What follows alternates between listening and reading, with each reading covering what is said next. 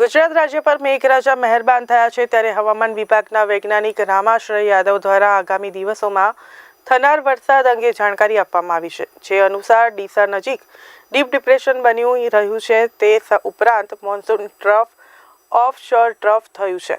તો 29 ઓગસ્ટના રોજ પણ સૌરાષ્ટ્રમાં અત્યંત ભારે વરસાદ વરસી શકે છે. તે ઉપરાંત ઉત્તર ગુજરાતના જિલ્લાઓ સિવાય તમામ જિલ્લાઓ અને તાલુકા માટે રેડ એલર્ટ છે. અમદાવાદ, ખેડા, આણંદ, દાહોદ, મહીસાગર, વડોદરા, પંચમહાલ, છોટાઉદેપુર, ભરૂચ અને નર્મદામાં અત્યંત ભારે વરસાદ સાથે રેડ એલર્ટ આપવામાં આવ્યું છે.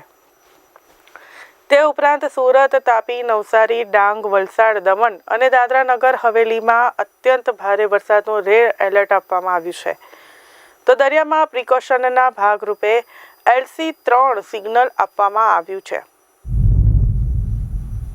कल जो डीप डिप्रेशन बना हुआ था डीसा से 90 किलोमीटर की दूरी पे शाम के टाइम में, वो आज मूव होकर के 10 किलोमीटर की दूरी पे पाटन से और 50 किलोमीटर की दूरी पे डीसा से आज बना हुआ है.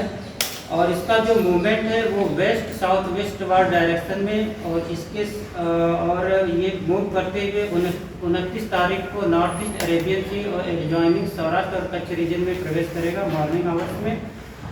और इसके साथ ही आज के लिए मानसून ट्रफ डीप डिप्रेशन से गुजरते हुए नॉर्थ गुजरात को जा रही है.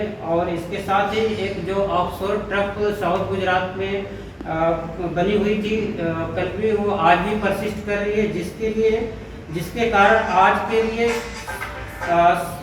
सौराष्ट्र रीजन के सौराष्ट्र रीजन में एक्सेप्शनल हैवी रेनफॉल की वार्निंग है.